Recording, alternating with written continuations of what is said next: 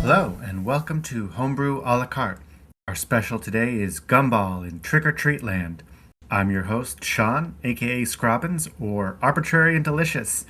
Thank you for joining me for another episode of this podcast, and special thank you to MT for his episodic artwork and the musical accompaniment of Raftronaut that kicks us off. Please join my Discord to join the community and participate in discussions such as episode comments, state of homebrew topics, collecting stories, and more. Other homebrew communities I recommend are the Video Game Sage Discord, which is great for technical discussion and promotion without judgment, and the Homebrew Game Club Discord, which is a fantastic general hangout for the scene. Let's start today with what I've been up to. The main updates for you is that I've been recording with people, and the stories are amazing.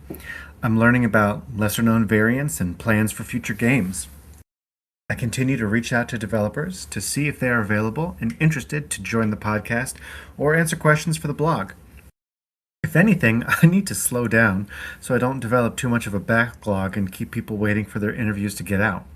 I have many people I hope to connect with still among existing friends and prominent strangers in the hope of bringing you something insightful. On to gaming news to report. Windows 93 Adventure DX, a previously limited run for the Game Boy, received an unlimited re-release. This was exciting news to me as it was a game I'd been looking for a while. From Homebrew Factory, there's The Curse of Gnome Village for the NES, a simple but cute-looking adventure game that was limited from the get-go and sold out quickly. Monster Chess for the Sega Genesis/Mega Drive, which is a very animated version of the classic game that reminds me of Battle Chess, and I eagerly bought it. Diggy Diggy Mole for the NES, a tunneling Metrovania challenge with beautiful art that I enthusiastically purchased. And Build a Dog for the NES, an arcade platformer. There are several developments on Kickstarter. Tomash and Captain Retrovania's Kickstarters both failed. The former likely because of its high goal and too many ports on offer, and the latter because of the also high goal and no demo to indicate anything tangible. That one has since moved on to a GoFundMe to offer a demo to its backers and to continue to generate funds for development. Lethal Wedding for the Sega Genesis/Mega Drive launched from MegaCat, which is a fun homage to Zombies Ate My Neighbors. Not only did I back this, but this game was the subject of my most recent blog post. R.I.P. P.I., a cat-themed detective platformer for the NES, launched from Dalian Games on behalf of Jay Otten. I happily backed this one. And finally, we have Ares for the NES, which is a block stacking game. Editorial time. Today, I'm going to talk about rude requests for updates. There is a line. It's blurry, but it's there. Even I cross it sometimes. And as someone who is doing work on anticipated games with extended development timelines, I do understand the mix of excitement and frustration. This is probably intertwined with the phenomenon that people are more aggressively hostile towards strangers on the internet than people they know in some capacity, but context is important in figuring out whether that frustration is justified and what behavior is appropriate in that situation or in general. Especially when you remember that virtually all homebrewers do this as a hobby and must hold down a full-time day job because they like to eat and have a place to live. Paprium? Oh yeah, multiple rounds of funding, taken without any real communication for years, and yet some people still defend Fonzie. Couldn't be me. Arena Genesis Metal Fury? Go ahead. Every publisher working with them terminated their contract. Their QA person actively trolled backers in comments across the web. I tried to interview the team long ago, and they ghosted me after initially accepting. Nape Games? Marginal case. They lost social capital with undisclosed use of stolen placeholder sprites and poor communication overall. Now it's an excuse in finger-pointing whether the games are truly complete or they're waiting their turn in MegaCat's production line, or they're throwing their partner under the bus so people will stop messaging them. Orange Island, Affinity Sorrow, This makes me wonder if because these devs are my friends and I know what's going on with them behind the scenes, I feel protective of them when I see people getting upset at delays in the games that they're working on. But then I think about Cronella's Mansion, where I'm friendly with Strainus, but I'm not working on his game and I don't necessarily know him super well beyond him as a homebrewer. Yet I leapt to his defense when one of his critics called Strainus a procrastinator who took people's money and had an obligation to finish the game and had no excuse to go so long without an update. If that sounds like you, it's diatribes like that which intimidate devs into not giving updates because they worry what they report won't be substantive enough, and you'll just yell at them in all caps even more. Homebrew isn't like other areas of life with deadlines that must be met, or there are consequences like homework or bills and taxes. Back to Orange Island. I also help on Ted's Discord, where 2 years ago I banned someone who called the game a scam because he couldn't see any updates and said he was entitled to news where he can see it. He felt that if the dev has to take any break from development for his own mental health, that he owed backers a refund. I don't like that he called me a flack, which is an obscure insult, but he can pound sand. It's ridiculous that people feel this level of entitlement for a Kickstarter project, which is not a guaranteed pre order situation. It is an investment in a project, and although you certainly have skin in the game with your own money invested in this, it's not reasonable to harass the developer and make comparisons like bills and homework or being the boss of an employee. That is something that is germane or relevant or fair. It's not the same situation at all. Homebrewers are people who have every right to ensure their own well being. It's okay to be concerned about the game you invested with your hard earned money, but you can inquire politely for insights without behaving like an entitled beast pounding the table. If you listen to enough future episodes of this podcast, I will tell you plenty of stories about how I've developed so many friendships with homebrewers and have acquired rare games and been privy to exclusive snippets of upcoming games because of my efforts to be kind. I don't always meet that standard myself, but by setting it in the first place, I have gotten very far. Moving on to the next edition of Storytime with Scrobbins, this is going to be about my other username. Bo, Soul Goose Productions, apparently just learned that Arbitrary and Delicious is not about how much I'm thinking Arby's. My day job is as a lawyer, more specifically, one working in government. Back in law school, one of my favorite subjects was legislation and the administrative state. As much as it isn't valid precedent anymore, there was a Supreme Court standard called Chevron deference. To keep it simple, there was a case involving Chevron and a relevant federal regulatory agency. And when the agency was challenged, the court made a standard that was used for many years in which they and lower courts would defer to an agency's expertise when reviewing certain decisions the agency made and only overrule them if the agency's decision was arbitrary or capricious. While I was in law school, I also used to make individual photo albums on Facebook of the food I baked for fun, creating a new album each year. These albums began when I had a fun gig as a sort of live-in caterer in my old college dorm at Harvard. Officially, we were called master's assistants, but everyone called us house elves. We watered the plants, bartended private functions, and baked in bulk for open house study breaks for the whole dorm of some 400-ish people, where the masters opened their residence to the students. I took pictures of everything I made and put it in an album with some punny elf title. By the time I arrived at law school, I switched from elf to legal puns. I liked the arbitrary and capricious phrase, entitled one album Arbitrary and Delicious. That Christmas, my sister gifted me takeout cartons with the phrase and a picture of my pumpkin pie. I loved it. I used them to give my goodies to friends, and when I ran out, I made more with a revised version of the logo I designed based on a seal for the Department of Justice. I had stickers made up and would find friends in the library every exam season to deliver a sweet pick-me-up while they studied, in a box with that sticker on it. Arbitrary and delicious became a phrase synonymous with me ever since. Speaking of sweet, Gumball. This game began as a project Adam tinkered away at as he learned GB Studio in 2019, and then again in 2022 when color functionality was added to the tool. The game was complete and published to itch.io on March 31st, 2025. It won Best Musical Score at 2DCon 2025. On August 19th, 2025, Megacat Studios announced they would publish the game physically. A release date later revealed as February 19th, 2026. So now, with that sweet tooth ready and waiting, let's talk with Adam. So, hey Adam, great to have you on. I'm excited to talk to you about Gumball in Trick or Treat Land, and especially since we were just hanging out in Milwaukee for Midwest Gaming Classics. So thank you so much for coming on. Yeah, thanks for having me, Sean. I'm excited to chat, and I was really happy.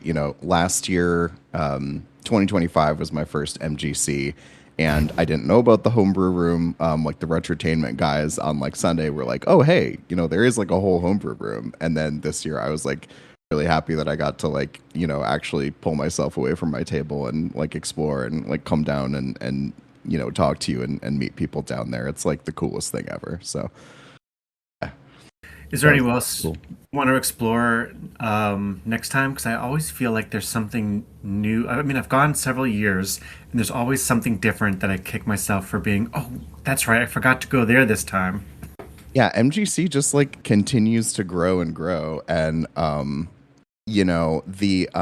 I did not get to visit the Evercade station Oh, this year, yeah. which was like a tragedy because I'm in like the Megacat 3 Evercade compilation, and that is like an ecosystem that I'm really interested in. And again, like one of the people who's helping me run my table, it was like Sunday and we were tearing down. He was like, "Oh, hey, do you like see that there's like an Evercade thing set up?" It's like, "No."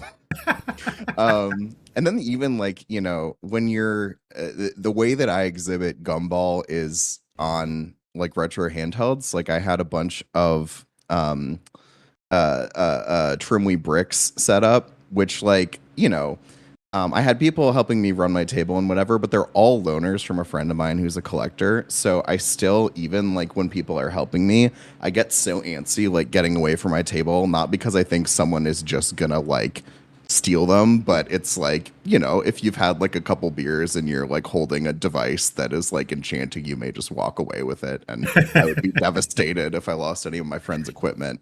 Um, so like yeah, in 2025 I ran my table entirely by myself, so I didn't see anything. This year I had three wonderful helpers who came, so I was able to like do the rounds a little bit more, but I still saw maybe, I don't know, like 25% of what I actually wanted to. So it's a process. I'll try to get around more next year. Did you have any, I don't know, like any pickups while you were there? Any good like things that you bought? um Not really. I'm on like such a shoestring budget when I do like the convention circuit. And it's you know, there's always something that I see that it's like like just out of my price range or whatever. But I'm not like my cartridge collection is kind of pitiful, and it's something that as like a person who now is like making a game that has physical cartridges, I'm like aspiring to be like more of a devoted physical media collector. But um, yeah, I mean the reality is it's like at least until this like operation becomes like a little bit more financially self-sustaining, I'm like trying to spend as little money as possible when I'm like doing the con circuit. So um you know I do a lot of like look but don't touch kind of stuff. Yeah, that makes sense. I think a lot of it this year for me was like, here's some flyers of things that I will look at a future time, and maybe that'll be great. And otherwise, I'll just admire stuff. Oh yeah, I always like at the end of each day I've got like two full pockets full of stickers and cards and flyers, and like I unload and like try to collate and like remember what to follow up on. Yeah. Definitely. There was some guy who came by my table, and I need to maybe follow up with him. He had a 3D printed guitar pick for, so he did his version of like Guitar Hero, and I think it was called, let me find it actually. Game Boy Hero 2. Um, and so I think the only thing that's like kind of tricky about him doing a physical release is he does licensed music with it. Oh, yeah, yeah. But that was I pretty cool don't to see. envy the whole mechanical licensing stuff that must go along with that. That's props to him for doing a concept like that. Yeah, it reminds me because NES there was a couple of those that were D-pad Hero, and so I have to assume that it's like something similar like that, where it's like chiptune renditions of it, which probably makes it more copyright friendly. Yeah, this just tangentially related. I was at MagFest this year, and shout out to Zeta, homebrew developer who made like a Crypt of the Necrodancer clone for the NES that I think won Best Music in the MagFest showcase. He gave me a guitar for free that he did not want to What? drive home with, so I have Zeta's guitar hanging up in my house. Okay, that's a nice pickup. I Yeah. remember seeing you actually at MagFest, and I was like too shy to talk to you because I was like, oh, that's right, I just like interviewed you, and like you're like talking to all these people. I'm like, oh, I should probably introduce myself, but I'm like, oh, like I probably have like a headache, or I'm just like doing all these other things, like, oh, I need to like, and I just like psych myself out of it. I mean, MagFest is fun, but it can be so overwhelming. Like the whole 24-hour nature of it, at a certain point, you're just like kind of like living there. And like, I definitely, at cons in general, I find myself like, staring into the distance and like my eyes like locking to a screen and then just going into a fugue state for like 20, 30 minutes at a time. So, Yeah, I think uh, for MagFest, it's the fact that it's like it's that gigantic room, it's dimly lit, yeah, and it loud. echoes in a way that like you don't have even in other like big vendor halls. But yeah. Yeah. So we should probably start talking more about you and your game. Yeah. I Yeah. want to hear more about your background. So, what what led you to kind of enter into becoming a home brewer, and a game developer? And I always love the stories behind people's funky like usernames and their company names. And you are Exquisite Laundry Pet Interactive. Where does that Yeah. name come from? Well, I I guess amongst my like close friends and family, I have a reputation for like picking silly names for things, even if they're, when you want to do like a release for something like this, it's a good idea to set up an LLC that you have so that you have like a semblance of like protection around like your business operation and so that you can make sure that the way you run your finances is above board and stuff. And that's all very boring. So when but my philosophy is like, well, if I can name it anything, it needs to be. The other thing is like in the state of Wisconsin, you can look at the registry of LLCs, and so many people for like whatever small business or whatever, like everything that seems obvious is taken. Like it's like a username at this point. Uh, So Exquisite Laundry Pet, it was like, well, no one is called this. There's like the closest thing is like, Exquisite Laundry Services, which will like do your laundry for you. And I just like I have three cats. And the like whole cat sleeping in a laundry basket thing um was like a fun image. So my wife did the company logo. She made a cute little cat sitting in a laundry basket, and I felt that the energy was right there for what I wanted to do. So that's where that came from. nice. And so, how'd you get into game development? Yeah, very gradually. It was always, I think it's a common experience among like a lot of people in my generation of like when you're a kid, it seems like the coolest thing in the world, like the idea of making games or getting into game development. But if you don't know anyone in real life who is like attached to programming in any way, it doesn't seem like it's like a real option that's like available to you. Like you have to be, I remember thinking when I was a kid, oh, you have to be like, a computer genius. You have to be a computer science major or something. You have to be like really well trained and like intellectually brilliant to like even begin to like try to execute like a game concept. And not to sell myself or anyone else short, I think you do it intelligence definitely like helps. But I was like this is for someone else, this is not for me. And then so I started out like I'd spend summers with my cousin like just doing like paper prototyping for like we're gonna make our own Pokemon game, and we'll like get a stack of printer paper and we'll get pencils and we'll like write it and we'll draw it, and then that we would make games like in PowerPoint with like branching paths with like using the action buttons. So they were very bad, but we had fun making them.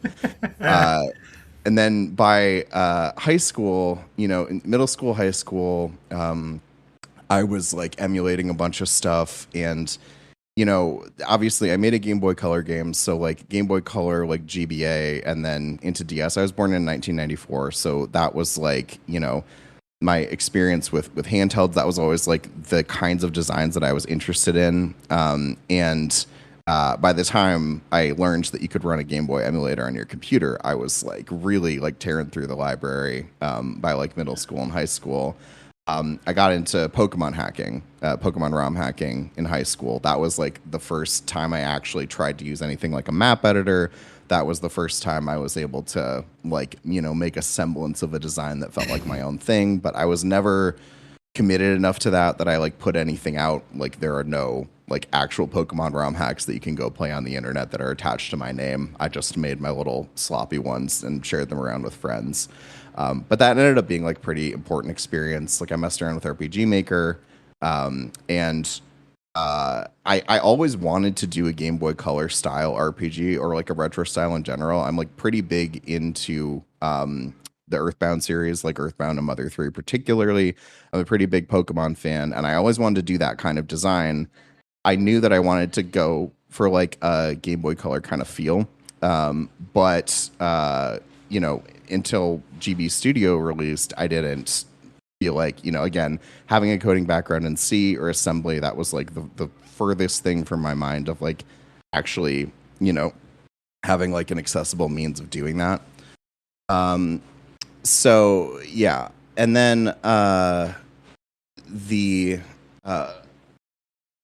when GB Studio came out in 2019, I looked at it and I was really intrigued by it, but like I wasn't convinced that it was, again, I didn't really have like a serious programming background of any kind. I hadn't like I was doing like some tabletop RPG design at the time and like a trading card game, but I wasn't convinced that GB Studio was like powerful enough to do anything that was like actually good when it came out, and then I was like quickly proven wrong. But the first game that I played that like really convinced me to like try to learn the tool set was a game called Toad in the Hole by Louis Zong. It's like a short little platformer. It's from 2022. It was made in GB Studio, and I played it and I was so charmed by it. I was like, okay, this has like convinced me that like this engine is like versatile to do something that is as ambitious as like I wanted to do.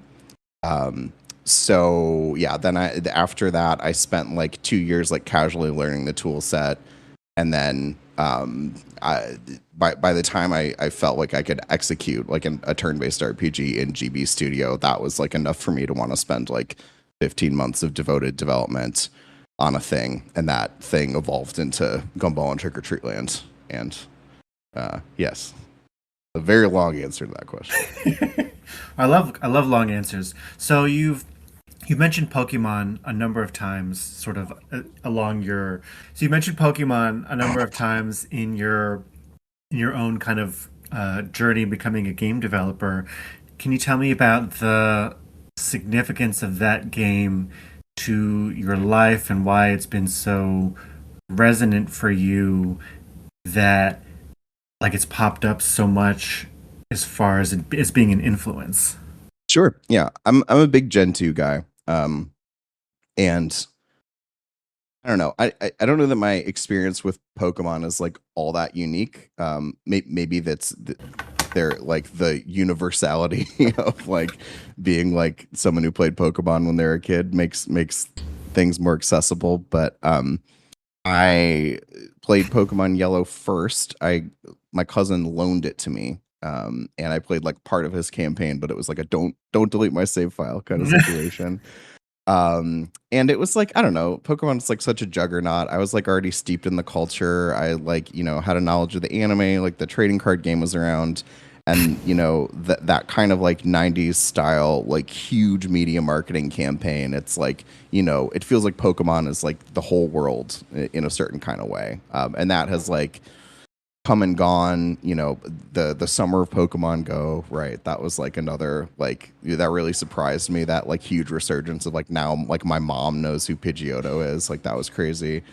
But Pokemon Gold was the first one I got to myself. Like a girl at my bus stop was like, "Hey, my brother left for college. Like he doesn't want his Pokemon Gold's cartridge anymore. Like, do you want it?" I was in like fourth grade, and I immediately was like, "Yes." Like I would die for this. And so there's the pure nostalgia of just like getting sucked into a design where like I now have like all of my adult like analyses of like why the recipe there like works so well.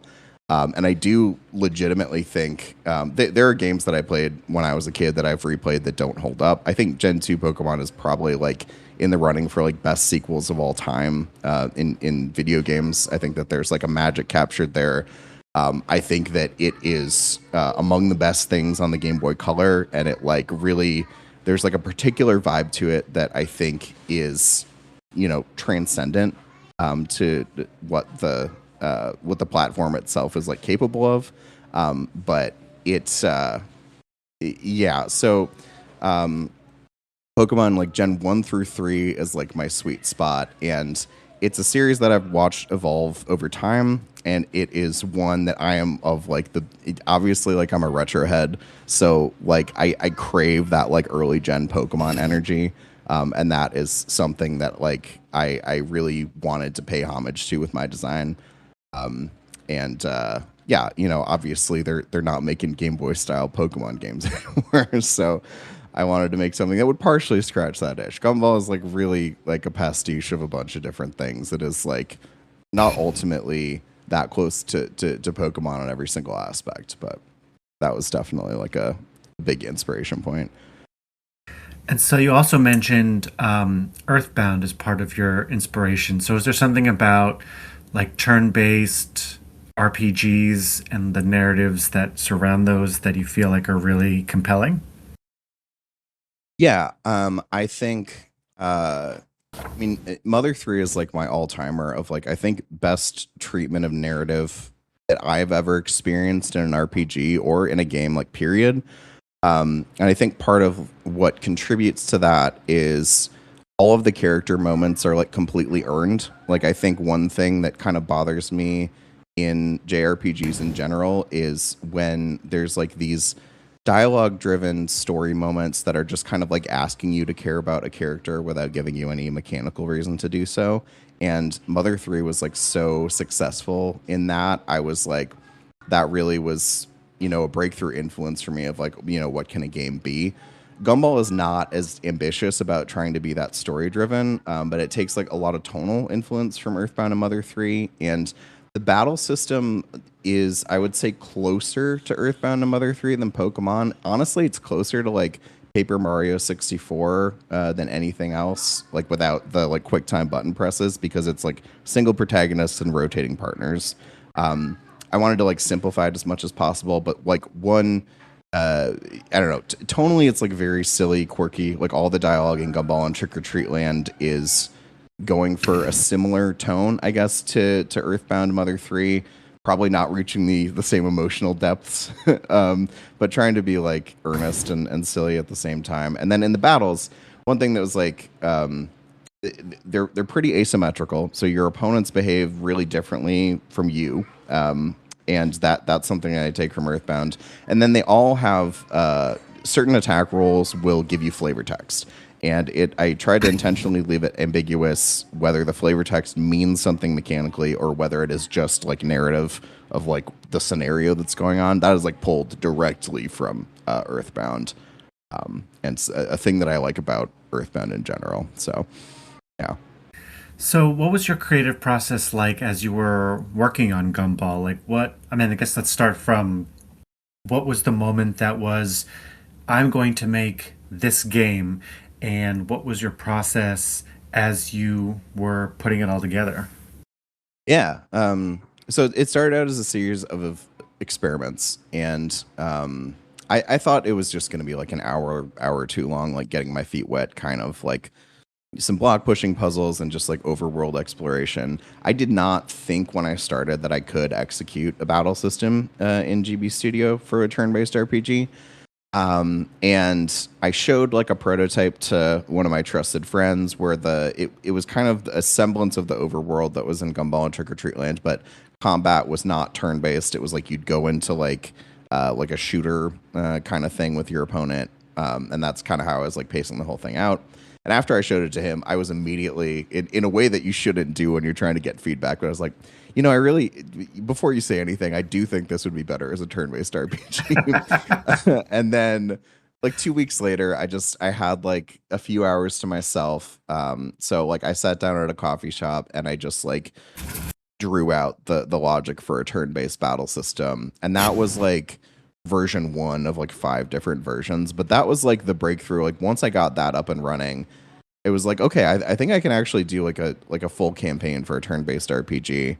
The theming of it all, it was like my original player sprite. I was going simple as possible. So the player was a circle, the enemies were triangles, and that first the easiest jumping off point there is like, okay, the circular character is a gumball, the triangular characters are going to be candy corns, and that's like how the first area kind of emerged. Halloween is like, I don't know, it's not it's a pretty common theming for indie games and even like homebrew especially, and I think it's because the iconography is really easy to draw from, and it's like a bottomless like well of nostalgia for people, myself included. I kind of like, in high school, one of my like ideas that I just like wrote up a notebook about and didn't try to execute it all was like turn-based like Halloween themed RPG that is significantly different on paper from like what Gumball ended up being, but I kind of like joined some of the ideas from that to this like prototype that I had, and like the marriage of the two kind of culminated in the whole 8-hour long Gumball campaign and its arc. So when I interviewed you before, I asked you about if you identify with Gumball and what's the intention behind the design. And so one of the things that you had said was that you're, bringing Gumball to exploring a new and unfamiliar world, and you thought it was important to let players pick their flavor and their color as an expectation of some agency. But you also mentioned that you have some influence from Toby Fox as one of your sort of general influences. So I guess to put some of that together, I guess in a cheeky way, is it like sort of like real agency, or is it sort of a sense of like this fake agency of I let you pick something, it has no meaning? Yeah, it's a little bit of both. So the flavor selection in Gumball doesn't, it has I guess a very limited mechanical impact. There are a few like dialogue options in the game that are like influenced by the flavor that you chose. That is mainly like a signal that this is going to be a game that is not super railroady. So Gumball is like an adventure RPG. The overworld is not open world in a modern sense, but I went to some lengths to make sure that players would have a lot of agency about the order in which they explored the world and unlocked things. I think it reaches hopefully like a Game Boy Zelda level of like, overworld exploration is not set to like a very linear sequence of events. Especially like the last act of the game. There's the main overall collectible is the hallowed patches. Once you get to a point where you can start collecting those, the final act of the game is you collecting them basically in any order that you want. And so I guess the flavor selection at the beginning is both like just like a little hint of like, okay, you're gonna read, you're gonna spend 5 or 10 minutes reading the opening dialogue right now. So here's at least a choice to like start to bring you into the experience. And then also a signal of like you're gonna have choices that you make that will allow you to have some agency over your experience when you're playing this. And so to kind of like set the tone for that was the intent there. Also, it's like, I don't know, it's a gumball. Like, you didn't want it to just be one flavor, just Yeah. like the pure surface level whimsy of it. What's your go-to flavor that you choose when you're playing? I think I choose grape most often, and I don't know why. I have no logic to that whatsoever. It's just personal preference. Okay, so speaking of that in a way, what is your favorite piece of Halloween candy?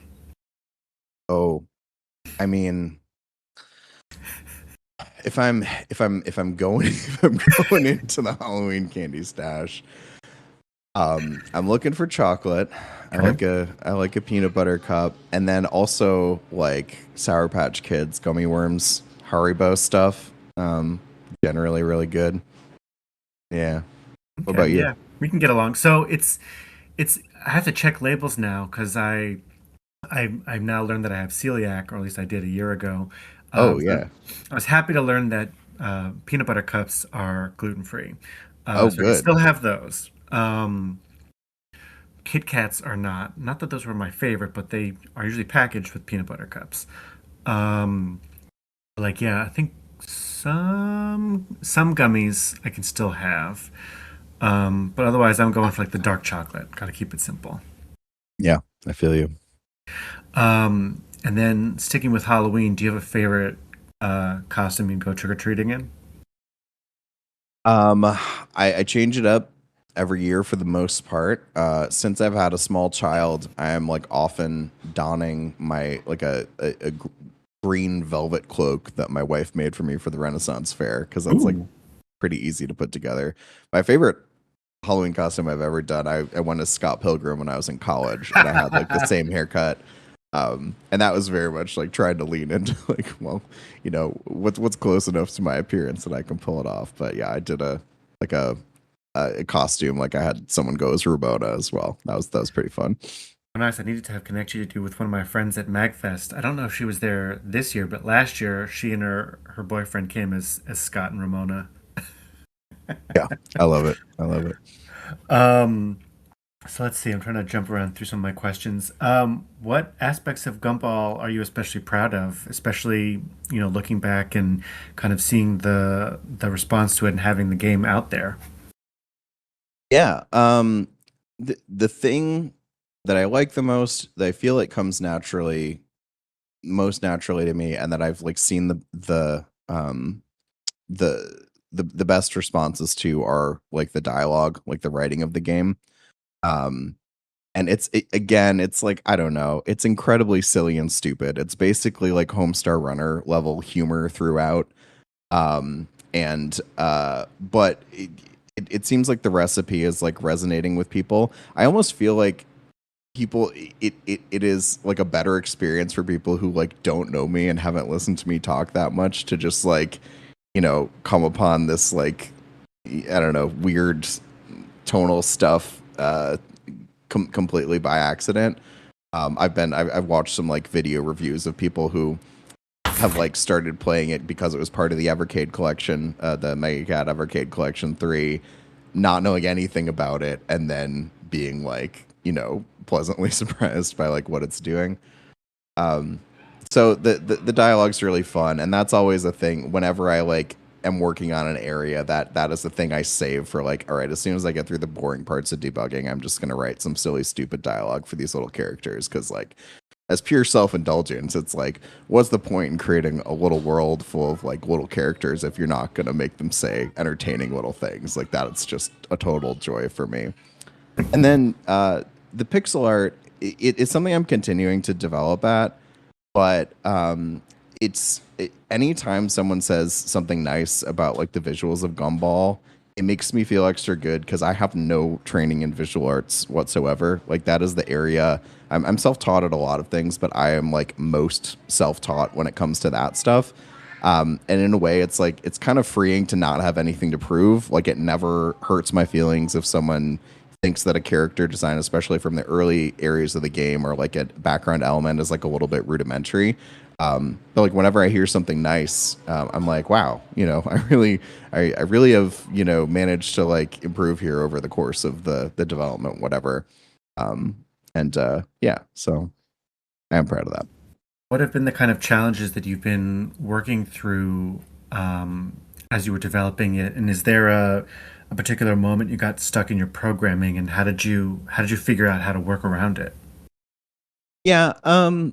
So, block pushing puzzles, there's like a couple areas of the game that incorporate those. It is always something that I assumed would be easy to implement, but there's like a bunch of stuff when you are doing, like, I don't know, a serviceable top down adventure game where if you're going to let people open the pause menu and like leave areas and come back, and you're giving them like a lot of freedom where to move objects around, like soft lock scenarios are like really easy to get yourself into. The Game Boy does not like to remember where a lot of objects are on the screen at a time, so I had to do a lot of workarounds for that. It both took a really long time to develop, and then going back around and like doing the last rounds of QA before release, I spent like weeks like just getting those like relatively simple puzzle elements to work. And I think it's a pretty common experience amongst developers that like a lot of the time that you spend fixing things, it's like the boring stuff. It's stuff that it doesn't even feel like that central to the design, and it can really it can be really dull because you don't feel like you're making like a ton of progress because you're not making new areas and stuff. But um, you know, you got to do it. You can't let people soft lock themselves. That's gonna Yeah. ruin someone's experience with your game. So. And so, since you've been bringing Gumball out to expos like MagFest, like MGC, what's been the overall like response to the game? What kind of people have you been noticing or are gravitating towards it? Yeah, it's really interesting because it changes based on where I go and even like from year to year. So I took MGC 2025 was the first place I showed this design in public ever. And I noticed that it was really, for whatever reason, my booth that year was attracting like a lot of parents and kids together. So that like, that a parent with their 10-year-old who they brought along to MGC would often like sit and play this together. Um, Gumball is completely family friendly. So it is not specifically made for kids. I would say it's made for to um, mimic like a difficulty level of like a Gen 1 or Gen 2 Pokemon, where I hope that there's enough mechanical depth that it provides like a meaningful challenge to adults. But that like a really devoted like 10 or 11-year-olds, it could get through it without help. Um, so that seems to be like a demographic it's resonating with. Of course, like 30 to 35-year-old people who just like want like a Game Boy RPG vibe, like that is probably the core contingent and like the group that I have seen like engaging with it the hardest. But I've been really encouraged at how willing young people are to like engage with like retro aesthetics, having oftentimes like no context for doing so. Like I mentioned Toby Fox as an influence. I think it's like amazing that Undertale is like one of the biggest games still in youth culture, like Undertale and Deltarune. Middle schoolers love those games, and they do not know or care that they are doing like an Earthbound form factor. And to me, that's like, it's awesome. It shows that like your design can be good taking from retro sensibility, and it's not necessarily going to like alienate you from a modern audience. So, um, yeah, I don't know. Always especially makes me smile when like a kid, or oftentimes weirdly it's like the partner of another developer who's been like who is coming along to the conference, and is not like super in the scene, it is not like as deep into homebrew or into indie in general. Oftentimes I'll have people, just look at the box art and be like, oh, this looks kind of cute, and then end up like sitting down with it and finding it like accessible enough to like really hold their attention and like, enjoying it. So, um, Yeah, that is again a very long and wide answer to that question, but I'm finding it is serving some people who actually are like really big into retro RPGs, like have like an interest in the genre and the era, but also like some casual people. I'm hoping to like bring people into the community with the design, and I'm finding that it is sometimes accessible enough to do that. So I'm trying to lean in there too. This is a small part question, and I think several more parts me nerding out.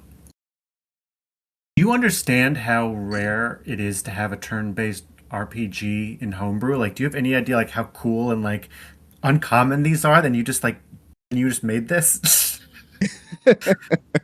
I mean, you flatter me.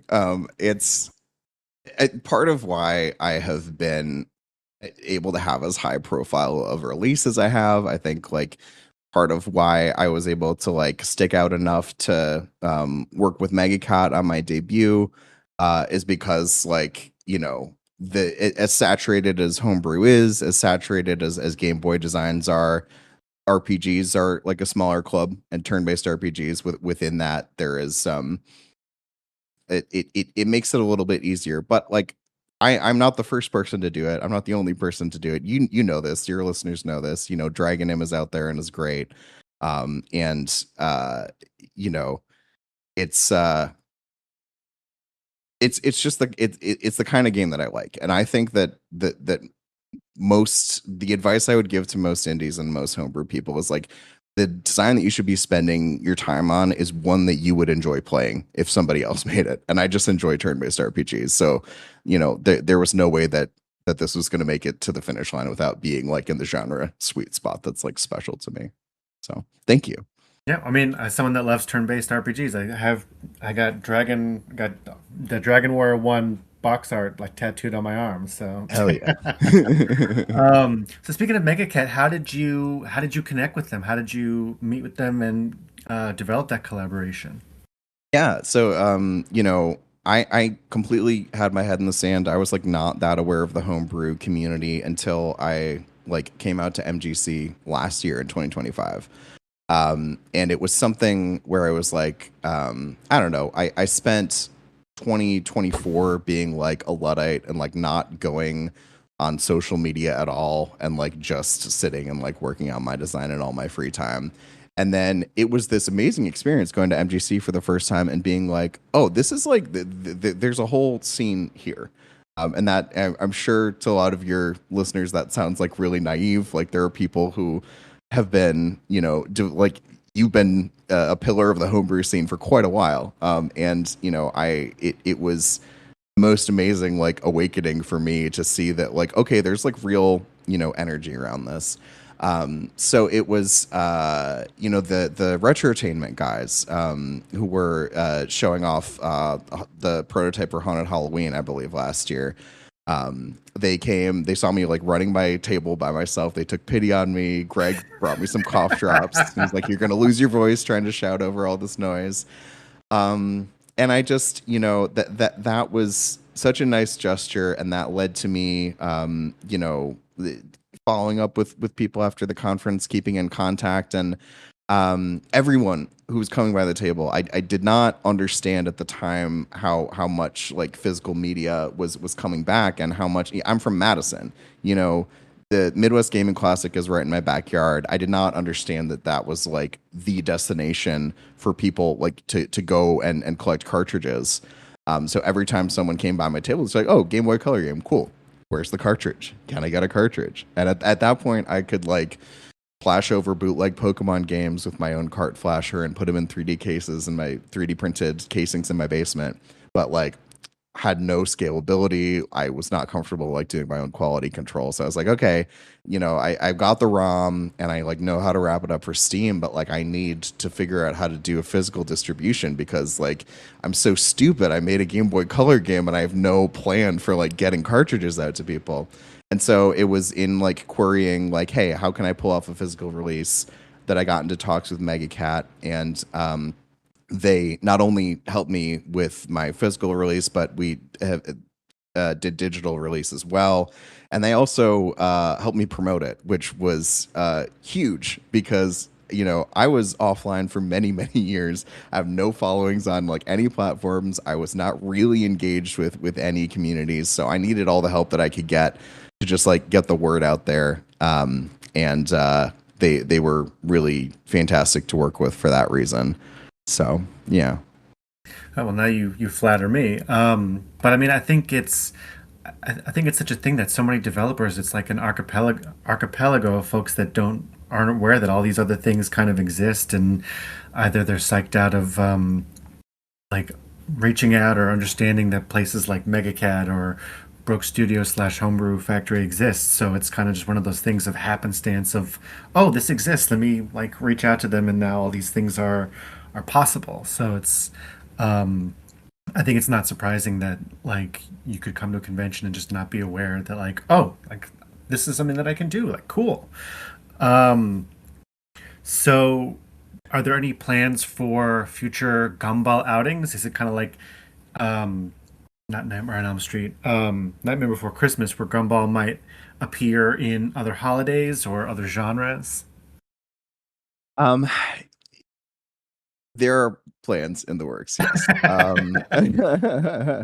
You definitely, I mean, you're gonna hear about Gumball and Trick or Treat Land again around Halloween time for at least the next few years because it's still, I don't know, it's my debut. I'm still like trying to get my feet under me and trying to get the word out about it. Yeah. There there may be a short. I mean, I'm gonna tease this. I am not. It is not really in development yet, but like, who cares? I want to do like a Gumball like Thanksgiving special game at some Ooh, point, okay. like a short, like 2 or 3 hour return to Trick or Treat Land at like a different time of year. And there's other stuff that is underway that is Gumball related that I can't say too much about. Anyone who stopped by my table at MGC this year in 2026, there were a couple devices that were just showing off the prototype for this new thing that is not announced yet. So I don't want to say too much more about it, but that is something I've been working very hard on as well. So yeah. Okay, that's good to know. So another thing that you have is you have the Pocketeering podcast, and so on that you discuss Game Boy Color games. And well, first of all, what was the inspiration for that podcast? How do your insights and the opinions from talking about those games? How does that? I feel like I don't know if I should just like break some of these up and let you actually answer first, but like, how do the insights from talking about those games kind of bleed into your own development process? Yeah, I'll let that one stand, and then I'll ask follow-up questions after that. Yeah, yeah. So this Pocketeering started like as a part of the whole Gumball thing and a part of me making Game Boy my entire personality. That when I decided I was gonna like actually release Gumball before I was in talks with MegaCat or anything like that, I was like, well, I need to have some kind of online presence, and the thing that I would enjoy doing is just talking about other Game Boy games, because if I am to, find anyone who's interested in this design at all, I'm guessing they're probably going to be interested in other stuff from the Game Boy library. And then also, it is like so instructive from a design perspective. Like if you're making something that is like meant to be a homage to like the Game Boy Color era, which Gumball is meant to be, I wanted myself like as steeped in designs from that time as I could be throughout the development process. So originally I thought it would be like a limited series of just like, okay, let's just do like a few designs from the Game Boy Color era, and let's talk about them. And this is just like a promotional piece for the release. And then I decided I wanted to not stop doing it. So we've done now like 70 episodes. It's not only about the Game Boy Color. I would say in this era of the podcast, we tend to start things in the Game Boy Color era, and we reach backwards to the Game Boy era, and we reach forwards to the Game Boy Advance era. We've done some DS games. We just did Sonic Spinball for the Game Gear, and so the scope it's podcast about handheld games in general. And that is partially, the Game Boy Color is my area of interest, but also it's nice to be able to turn on a dime and be like, let's play Mario Kart DS this week. Like, let's do something a little different. And it's a weekly show, so like having that kind of versatility has been important to my own sanity, because we not only play stuff that's really good, we do like scrape the bottom of the barrel sometimes and look at like licensed games, like more like shovelware kind of stuff, because I do ultimately find those really interesting to like see what it's such an interesting time where there's like money flowing through the industry, and we are doing merchandising opportunities based on movies, and like most of them are bad, but occasionally they're like good and interesting. And so like, I don't know, after you play like Toy Story 2 for the Game Boy Color and it's like the most frustrating game you've played in your life, you need like a palate cleanser sometimes. So we try to, yeah. So I think it's too low hanging fruit to ask your favorite Game Boy Color game. So instead I'll ask what has been, I think, the most pleasant pleasantly surprising game that you've had to play for this podcast. Yeah. So like, yeah, the biggest like revelations to me, because some of this stuff, some of the games that we've played for the podcast are ones that I've played before, so I knew going in like, oh, this is going to be good. Mario Land 3, which is Wario Land 1, was fabulous. I never played it before. I absolutely loved that design. It's still, I would still rank it probably just behind Mario Land 2, Six Golden Coins, and Wario Land 3, like in the context of the series as a whole. But I was like not prepared for it to be as good as it is. I found it like so inventive as a platformer. It's like such a cool character study of Wario in general. And it is one of the like most finely tuned R&D1 Nintendo R&D1 platformers that I've played like ever. Like everything on the screen feels so intentionally placed. The difficulty curve is managed to me like completely through the placement of enemies and platforms, and not through, making the controls bad or anything that is like maybe endemic of platformers of the era. And it like hides stuff in plain sight. Like there's an entire secret world. There's like the stretch objectives of like the treasure and stuff, and it's all tied in with like Wario is like a greedy guy who wants money, and it's all like stilted and goofy, but like it's just I really had an awesome experience playing that game. And I also have to honorably mention Frog for Whom the Bell Tolls, which is another Nintendo R&D1 game, like top-down adventure thing. Japan only. We played a fan translation of it. Really, really instructive on like stripping an adventure RPG down to like its barest elements. And I definitely it is more filtering into the new project I'm working on than it did for Gumball, though there was some stuff towards the end of the Gumball development cycle that was influenced by that. But like the visual style of that game is so just crisp and wonderful for like a top-down experience on the Game Boy. So I definitely pulled like really big influence from that, and that was like a total joy to play for the podcast. Nice. So we have our own episode of Pocketeering coming up. Yes. How's your gameplay coming along? I have just started. We are here, and this I think will be the reveal that Sean is coming on. We're playing Final Fantasy Adventure for the Game Boy. I am less than an hour in, but I will, and I try not to say too much before we actually record the episodes, but I am like totally enchanted. It's a design that I've never touched before, and I am really enjoying it. And mentioning Frog for Whom the Bell Tolls, there's like a lot of like design parallels there. So it is scratching some good itches for me so far. I'm definitely having some fun with it. I mean, I'll probably talk about this more when I'm on your podcast. I don't want to say I'm doing cheating, but I am looking up some long plays to figure out why I'm stuck in a couple of places. And there's something kind of embarrassing about the fact that I'm like, I would say that for my gameplay, I'm like 6, 7, 8 hours in, and on the long play, it's like you're 30 minutes in. Yeah, I just, I'm kind of working through our backlog. I do like really long stints playing games in preparation to like actually record. So I just finished Summon Night Swordcraft story for the GBA. And I am also trying to finish up Professor Layton, the first one, and the Professor Layton and the Curious Village right now, because those are also episodes in the queue. But I am playing. I'm going to end up working through Final Fantasy Adventure at the same time. Uh, How do so you balance playing like because I mean you have the podcast you said is weekly, so how do you balance all of these gameplays going on at once? Um, oftentimes we talk for a really long time, the longer a campaign is.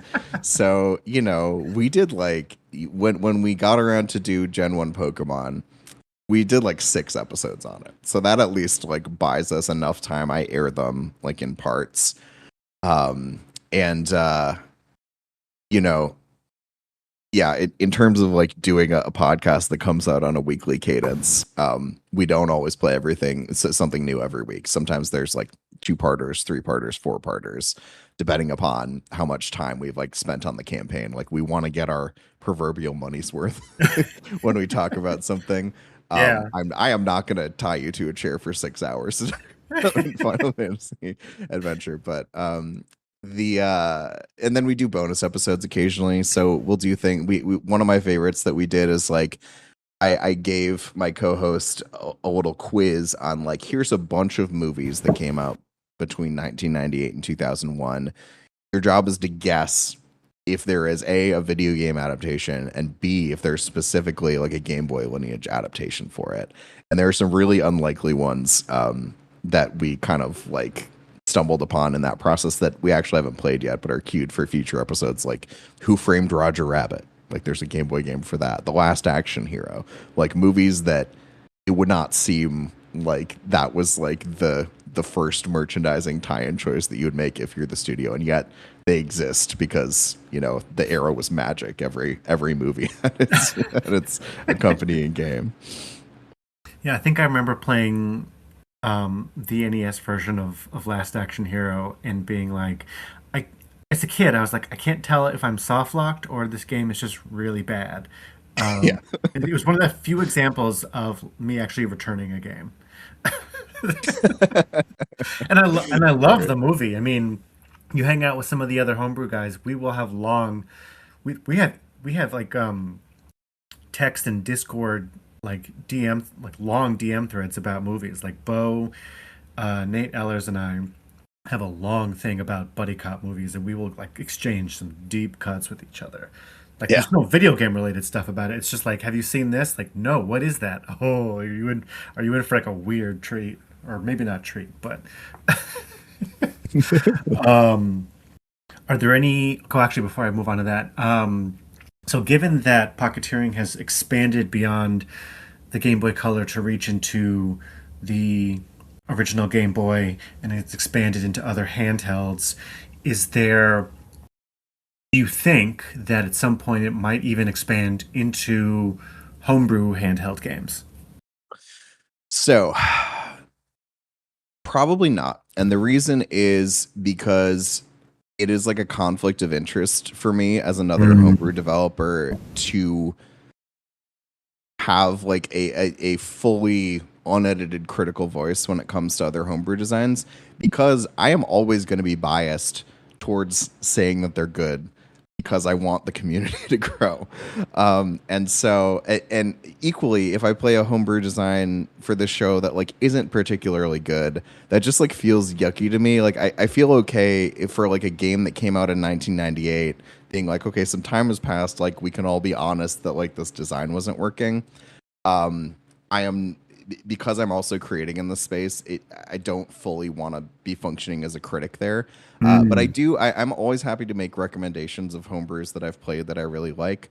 And I like having homebrew developers on as guests. So I had Sean Robinson, or no, that's you, Sean Connolly, Sean Connolly of Pocket Pulp on. He made a GBA homebrew called Inky and the Alien Aquarium. He talked to me about WarioWare.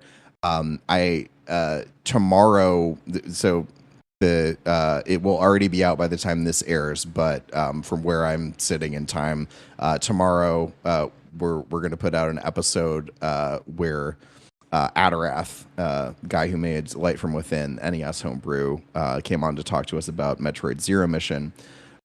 Usually when I have homebrew developers on, we also do a little segment talking about like what their design is, and if someone is nice and I like them, they get the Pocketeering seal of approval, which is complete nepotism. But yeah, the goal is to be kind of like, I don't know, like the film podcast Blank Check sometimes has like directors on, but like they're on as like a rotating co-host to talk through some other film that they love. So that, I want to continue to have more homebrew developers on. We've got some exciting guests in the queue, but I don't think we're ever going to be full critic of homebrew games, though we will discuss them and continue to want to be close to the community. Yeah, I think that makes sense. Are there any homebrew games recently released or in development that you're excited about? Yeah, I mean, I got a shout out Light from Within, and full disclosure, I've become friends with Dustin with Adarath who developed that game. But it's a Zelda like. It was made in NES Maker. He spent like 5 years on it. It's like extraordinarily polished. I played the demo at Magfest, and it really is enchanting. I would encourage people to go play the demo. It is not like in a full state of release yet. That is upcoming. But that game is wonderful. Kira Kira Cowboy, another GB Studio game, like a really fun like platformy shooty thing where you play as a frog with a cowboy hat. Like that's great. I mentioned Toad in the Hole. It's from 2022. That's like a really short, easy breezy platformer that you can play for free. It's made by Louis Zong. Really charming. I guess I may have a affinity for frog protagonists because two of those have them. I really like those. Kudzu also, another Zelda like that one was a huge inspiration to me. Like seeing what Chris Totten did, one Yeah. of the like first GB Studio made games that I saw like really go the distance and like really meaningfully like pay homage to the era. I think that's a wonderful design that people should check out. So those are some. Nice. I appreciate you taking the time to talk with me. Is there anything else that you wanted to talk about or say to listeners and fans of your work? Um, yeah. So I guess the if I'm gonna plug things, Do it. Pocketeering is my podcast. You are listening to this on a podcast app. You can almost certainly find my podcast on the same podcast app. Sean is going to be on. So if you've enjoyed at all listening to me talk, if you'd like to hear more of him, you should tune in at least to his episode.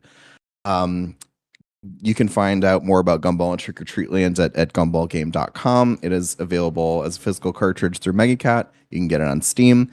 It's also in on the Evercade in the Megacat Collection number 3. You can also get it on a service called Afterplay, which is like a relatively recent product, but it's like a way of playing retro games that you can like keep cloud saves among devices. So Gumball is available there as well. And yeah, you should at gumballgame.com. There's also a button for my Discord. So if you are interested in the show, if you're interested in Gumball, if you are like me and you want to be subscribed to as many homebrew adjacent Discord servers as possible, you should throw that one on the pile. And Sean, I want to thank you for doing this show and for I have enjoyed it so far. As we're like sitting here today, I believe only one episode has been released, which I have listened to. I am going to continue listening to episodes as they come out and looking forward to them. I think this is a wonderful thing for the community, and I applaud you for doing this. This is really really awesome. Oh, you're too kind. Thank you so much. I mean, it's fun to talk to people and to get the word about them, to share their stories, to share their background. I think something that's really fun, and especially when I do like my state of homebrew posts, in addition to sort of the trying to figure out where the consensus is on controversial topics, I do like to ask people about what's the kind of stuff that they want to hear about.